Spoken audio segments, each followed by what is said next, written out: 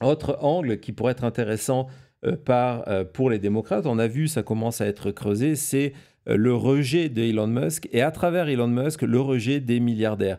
On va voir aujourd'hui très rapidement, Thomas, du côté de Musk, Musk tout court, le dernier document, s'il te plaît.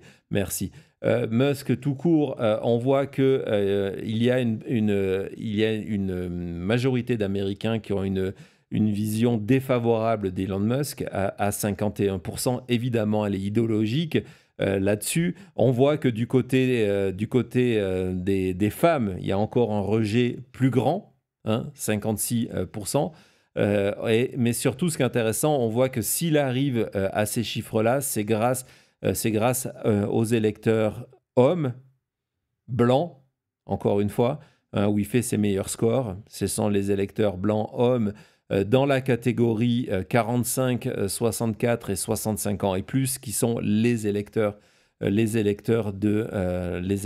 Trump. Et pourquoi je vous dis il y a un angle intéressant? Parce que YouGov est allé sonder les Américains sur un autre milliardaire.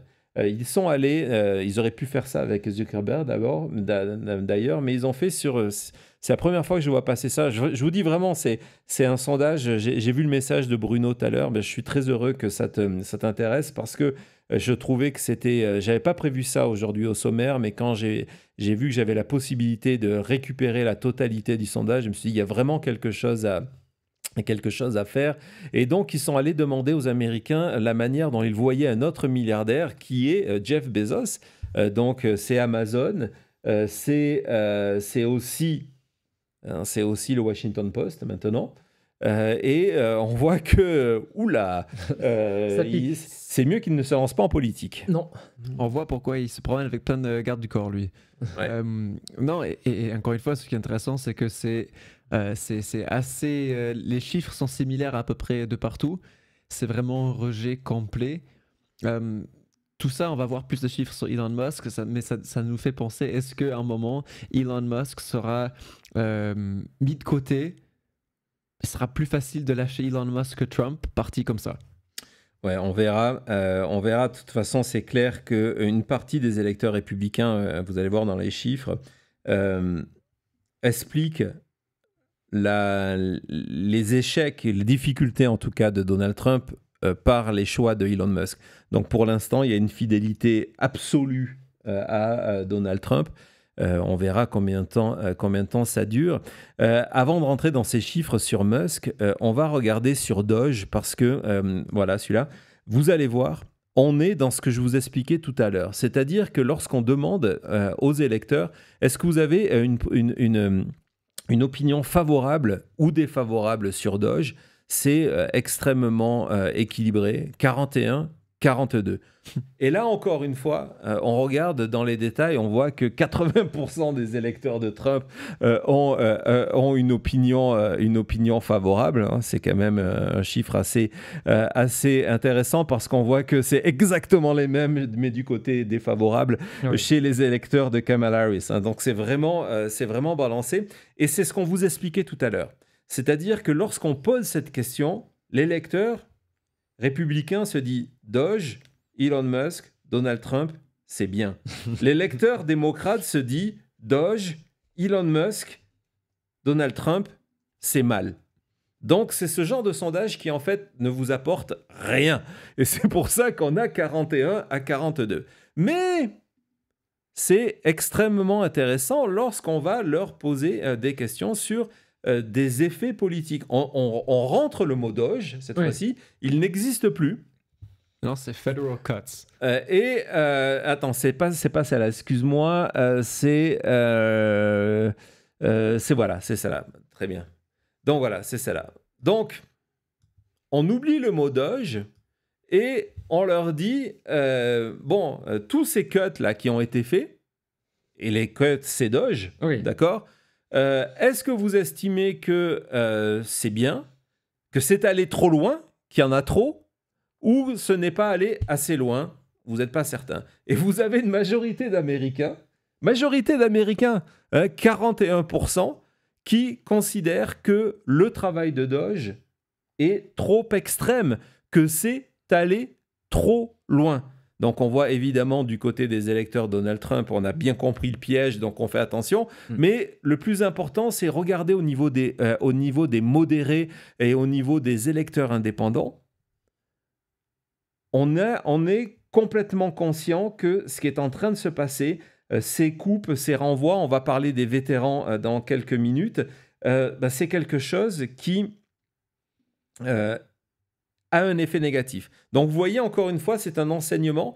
Gardez-le en tête lorsque vous voyez n'importe quel sondage, sur n'importe quel sujet.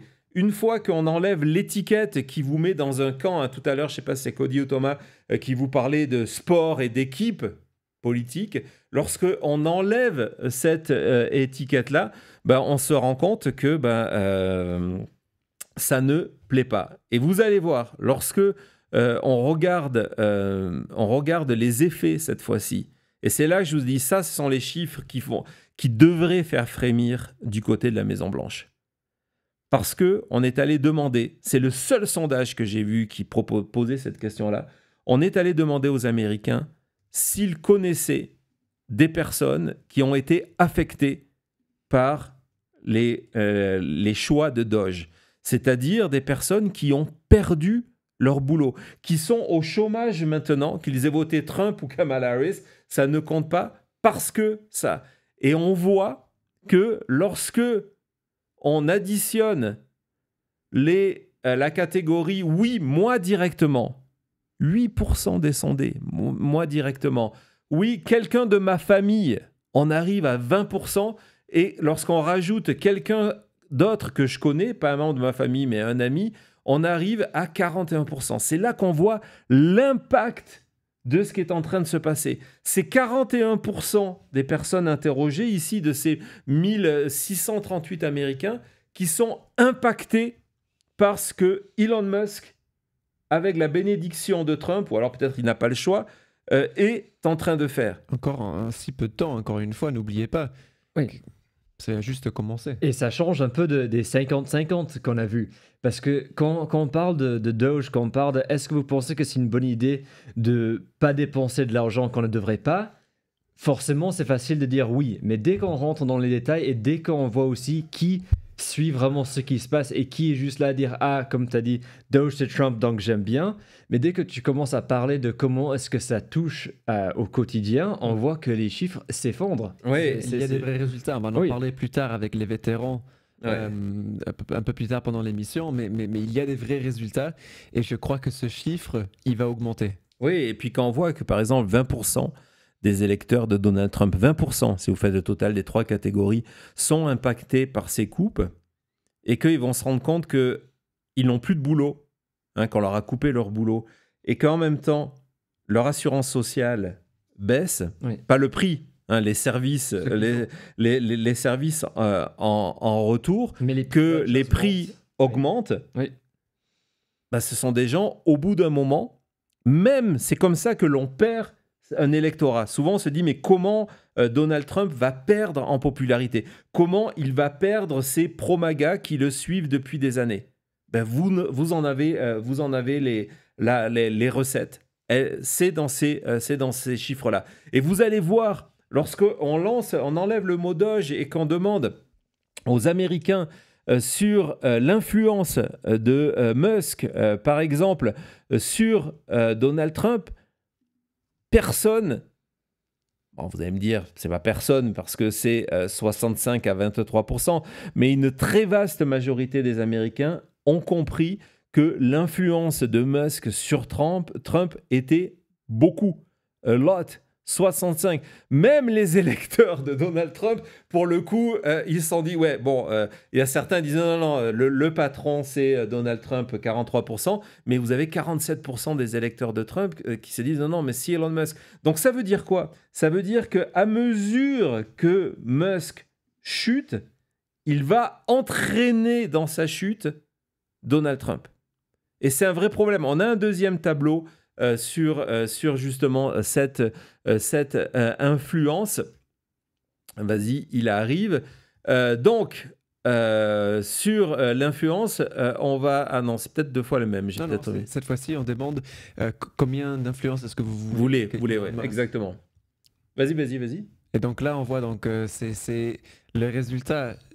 Encore une fois, on va parler de chute. C'est il y a que 17% des gens qui veulent que Elon Musk a beaucoup d'influence. Et quand on voit que 47% disaient qu'ils voient qu'il a beaucoup d'influence, ces deux chiffres ne sont pas bien pour Trump.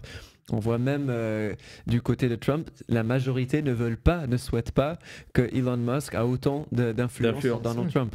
Donc il y a un constat d'influence, il y a des effets de cette influence, il y a un souhait que cette influence ne soit pas là, et il y a une crainte, et ça c'est un chiffre vraiment qui est extrêmement intéressant, de conflit d'intérêts entre Elon Musk et son action au sein du gouvernement américain. On va regarder ces tableaux sur le conflit d'intérêts. Vous allez voir un chiffre là aussi qui est extrêmement intéressant. C'est que désormais, vous avez 56% des Américains, entre les très inquiets et un petit peu inquiets, qui sont inquiets de la manière dont Elon Musk profite de sa position au sein du pouvoir américain.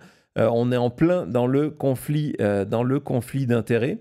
Et on voit que même 25% des électeurs de Donald Trump le sont aussi. Donc, surveillons. Alors, c'est vrai qu'on est tous choqués. Effectivement, Annie, il n'a pas été élu. On est choqués de voir ce que Musk fait. Mais plus Musk fait, plus ça a un impact négatif sur Donald Trump. Et peut-être que, tout à l'heure, on parlait des effets négatifs de l'économie, du porte-monnaie, de l'inflation. Peut-être que la chute de Donald Trump arrivera par Elon Musk, ce qui serait assez ironique, vu que c'est Elon Musk qui l'a remis au pouvoir en investissant au moins 279 millions dans la campagne de Donald Trump. Le meilleur exemple de tout ça, c'est ce qui est en train de se passer actuellement avec les anciens combattants, les fameux vétérans. On va ouvrir ce dossier et je vais vous montrer tout de suite le cœur du problème. C'est que on va partir par cette dépêche de Associated Press qui est sortie il y a quelques jours en expliquant que 80 000 employés du Veteran Affairs, donc c'est le bureau qui s'occupe des anciens combattants, vont être coupés. C'est un chiffre énorme. Exactement. Ça veut dire quoi, 80 000 coupés? Ça veut dire que, on va prendre les articles, qu'il va y avoir plus d'attentes dans les hôpitaux qui s'occupent des vétérans, moins de crédits pour les soigner, moins d'assurance. Ça va avoir un impact qui va toucher tous les Américains. Tu vas sur l'autre juste à côté, le tout petit. On va voir ce que Schumer, donc c'est un démocrate, a mis en avant en disant ce qui va se passer, c'est qu'il va y avoir donc moins de services pour les vétérans, plus personne pour répondre au téléphone, donc une diminution de la qualité du service que l'on donne à des personnes qui ont mis leur vie en danger pour servir les États-Unis. Et dans le deuxième partie de l'article, on voit que même, de manière un peu pudique, Mike Bost, qui est un responsable républicain, il est inquiet. Il dit, ouais, j'ai des questions pour le secrétaire d'État Collins, le secrétaire Collins qui est en charge des anciens combattants, dire, bon, ça va être quoi l'impact de ces réductions? Pourquoi je vous montre ça? Parce que lorsqu'on va regarder magnifiquement ce sondage, avait cette question-là, alors qu'il a été fait 2 jours avant, justement, oh là.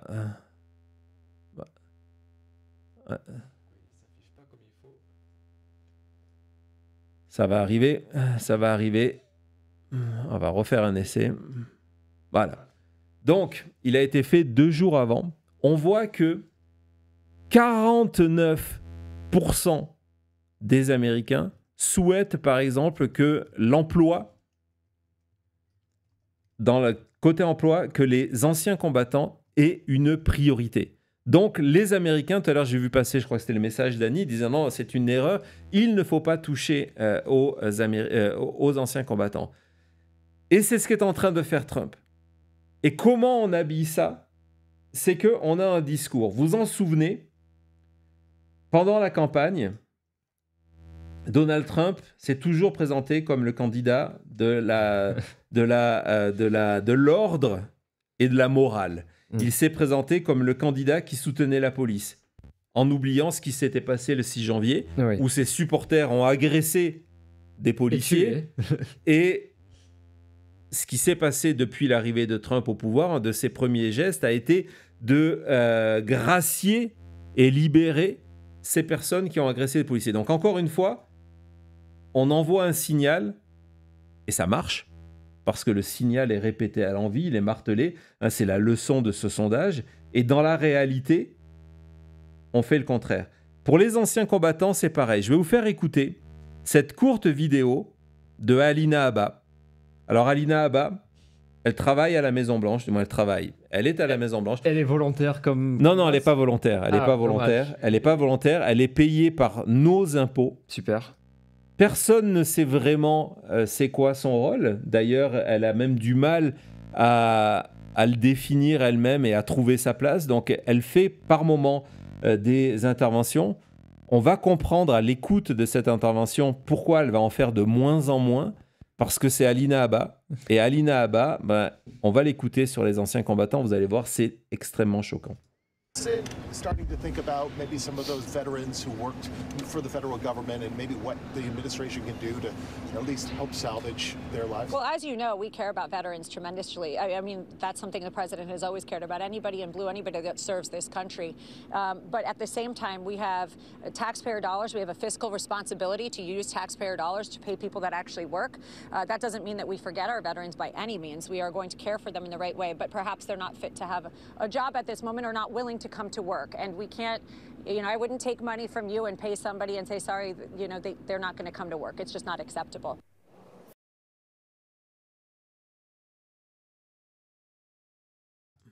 Voilà. Donc, encore une fois, vous avez le discours. Vous le savez, le président est extrêmement... il care, il est extrêmement proche, il a de l'empathie pour les anciens combattants. Mais d'un autre côté, on va les virer parce qu'ils ne sont peut-être pas au niveau pour travailler. Donc, on a cette ambiguïté et dans ce qui se passe, ce sont les recettes d'une faillite politique pour Donald Trump parce que lorsqu'on retourne aux chiffres de ces Américains qui connaissent ou sont directement impactés par des coupes, ces fameuses coupes fédérales, il y a énormément d'anciens combattants. Les gens qui travaillaient dans les parcs nationaux qui ont été virés, les rangers, etc., c'était souvent des anciens soldats. Et donc, dans le discours, on continue à apporter dans le soutien. Dans la réalité, on est en train d'impacter la vie de ces gens-là. Et politiquement, c'est une recette pour un désastre. C'est une recette pour un désastre. Voilà. On a fait... C'était long, je sais. Mais j'ai vu passer vos messages, ça vous a passionné autant que nous. C'était extrêmement intéressant sur cette énorme enquête, encore une fois, The Economist YouGov, sans question sur l'Amérique, sur l'état de l'Amérique. Et c'est là qu'on voit que vous avez une Amérique qui est divisée et avec beaucoup de choses à observer, à suivre. Évidemment, c'est ce qu'on va faire ici. On va faire une petite pause. Et puis, on se retrouve tout de suite avec notre journal des vaguelettes. Et vous allez voir, c'est un journal des vaguelettes qui va vous mettre le sourire. À tout de suite.